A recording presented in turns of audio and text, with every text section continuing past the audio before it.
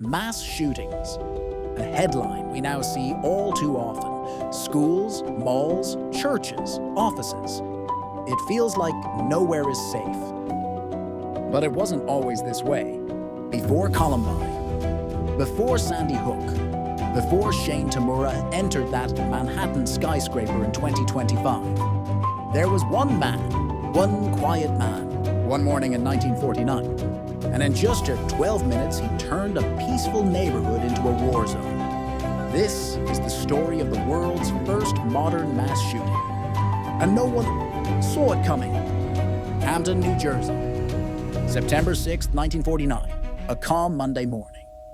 Barbershops were opening. Children played on the sidewalk. Housewives exchanged gossip over fences. It looked like the American dream. But under that perfect surface lived Howard Unruh. Howard was 28 years old, a quiet man, a decorated veteran from World War II.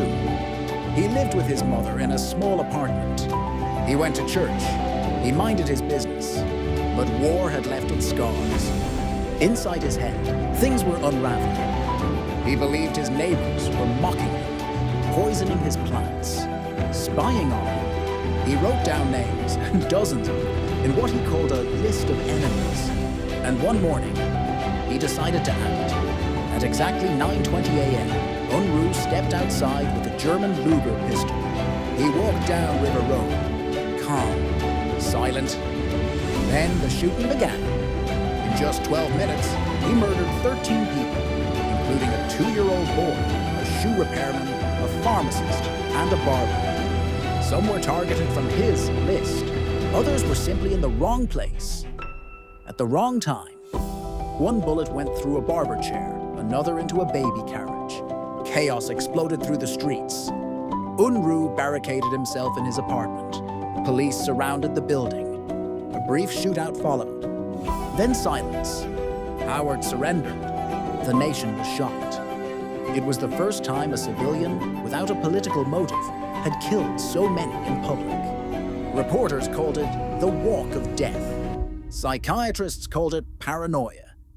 Unruh was declared legally insane. He never stood trial. He spent the rest of his life in a mental institution, 60 years behind locked doors, until his death in 2009. What makes this story haunting isn't just the tragedy, it's how familiar it feels. A quiet man, a grudge, a gun. We've seen this pattern repeat again and again. But it all started with Howard Unruh, in a time when Americans believed something like this couldn't happen. He proved it could, and sadly, he wouldn't be the last. The world's first mass shooting didn't have headlines that lasted weeks. It didn't have hashtags, but it set the stage for every tragedy that followed. This was the beginning. And here on The World's First, we uncover the origin stories that changed the world forever. Subscribe for more forgotten firsts that shaped our history.